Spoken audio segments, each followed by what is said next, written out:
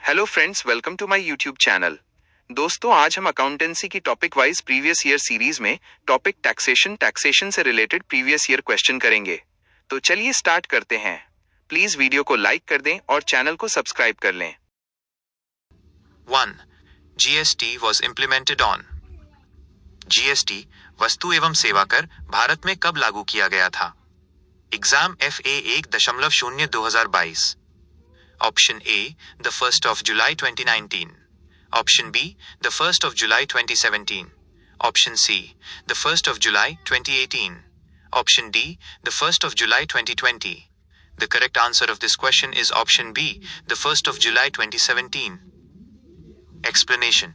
अरे वाह, ये सवाल तो हर कॉमर्स स्टूडेंट को जुबानी याद होना चाहिए, है ना? हमारे देश भारत में एक बहुत बड़ा बदलाव आया था। एक देश एक टैक्स का सपना सच हुआ था। बस तारीख याद रख लो, 1 जुलाई 2017। इसी दिन GST पूरे भारत में लागू हुआ था। 2. GST is a consumption of goods and service tax based on.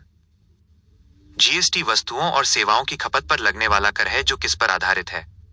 Exam JKSSB accounts assistant finance 2024। Option A development, option B dividend, option C duration, option D destination. The correct answer of this question is option D destination. Explanation. GST को destination based tax कहते हैं।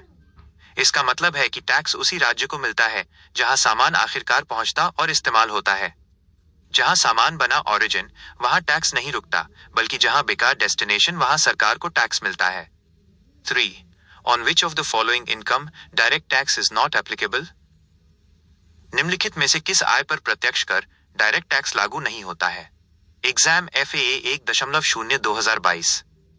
Option A house hold property, option B agricultural income, option C business income, option D property tax. The correct answer of this question is option B, agricultural income. Explanation. Bharat तो किसानों का देश है ना? इसीलिए भारत सरकार ने खेती बाड़ी से होने वाली कमाई, एग्रीकल्चरल इनकम को इनकम टैक्स से मुक्त रखा है।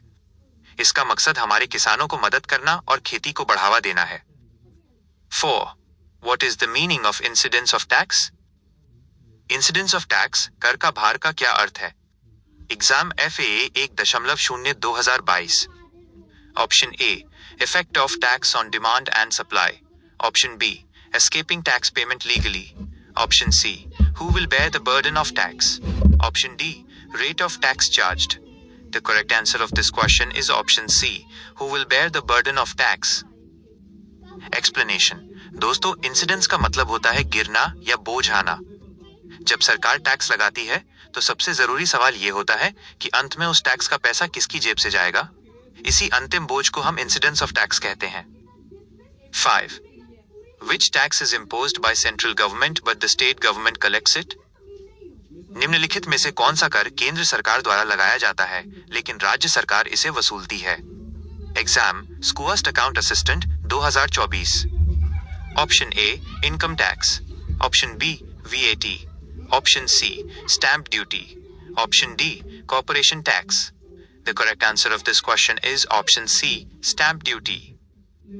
Explanation. स्टैंप ड्यूटी के नियम केंद्र सरकार बनाती है, लेकिन जब आप जमीन या घर खरीदते हैं तो ये पैसा राज्य सरकार कलेक्ट करती है और अपने पास रखती है। ये राज्यों की कमाई का एक बड़ा जरिया है। 6. Income tax paid on business income by a sole proprietor is. एकल स्वामित्व सोल प्रोप्राइटर द्वारा व्यावसायिक आय पर भुगतान किया गया आयकर इनकम टैक्स क्या होता है? Exam JKSSB PA 2020।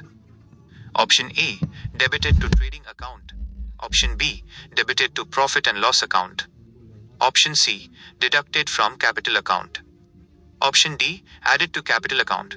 The correct answer of this question is option C deducted from capital account in the balance sheet. Explanation. Sole proprietor का इनकम टैक्स उसका निजी खर्चा, पर्सनल एक्सपेंस माना जाता है, यानी ये ड्रॉइंग्स है। और हम जानते हैं कि ड्राइंग्स हमेशा कैपिटल को कम करती है, इसलिए इसे कैपिटल से घटाया डिडक्ट जाएगा। 7. Payment for income tax 5,000 rupees will be debited to. Income tax के लिए 5,000 रुपए का भुगतान किस खाते में डेबिट किया जाएगा? एग्जाम स्क्वास्ट account assistant 2022। Option a income tax account, option b drawing account, option c capital account, option d profit and loss account. The correct answer of this question is option b drawing account. Explanation देखिए, business में income tax को मालिक का personal खर्चा माना जाता है क्योंकि टैक्स मालिक की इनकम पर लगता है।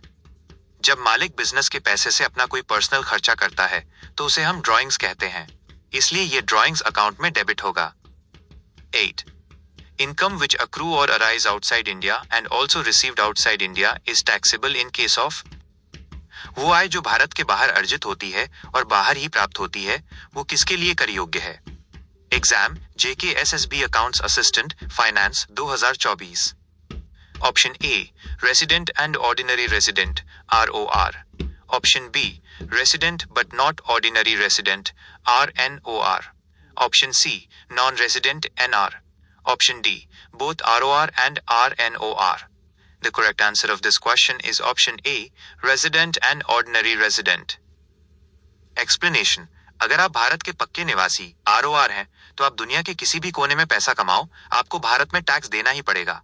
इसे ग्लोबल इनकम पर टैक्स लगना कहते हैं। 9. Which of the following is included in definition of goods under section 252 of the CGST Act 2017?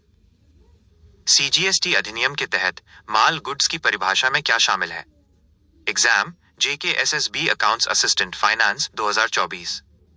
Option A money, option B actionable claim, option C securities, option D bonds. The correct answer of this question is option B actionable claim. Explanation: आमतौर पर पैसे money और shares securities को goods नहीं माना जाता, लेकिन actionable claim जैसे लॉटरी या जुआ में जीतने का अधिकार को खास तौर पर गुड्स की परिभाषा में शामिल किया गया है ताकि सरकार उन पर भी GST लगा सके। 10. The temporary tax levied to obtain additional revenue is called. अतिरिक्त राजस्व प्राप्त करने के लिए लगाया जाने वाला अस्थायी कर टेम्पररी टैक्स क्या कहलाता है। Exam inspector finance exam 2024। Option A cess, option B rate, option C fee, option D surcharge. Comment section में जरूर दें। अगर आपको ऐसे प्रीवियस ईयर क्वेश्चंस की और वीडियो चाहिए तो वीडियो को लाइक, कमेंट और शेयर जरूर करें और वीडियो कैसी लगी कमेंट सेक्शन में जरूर बताएं। देखने के लिए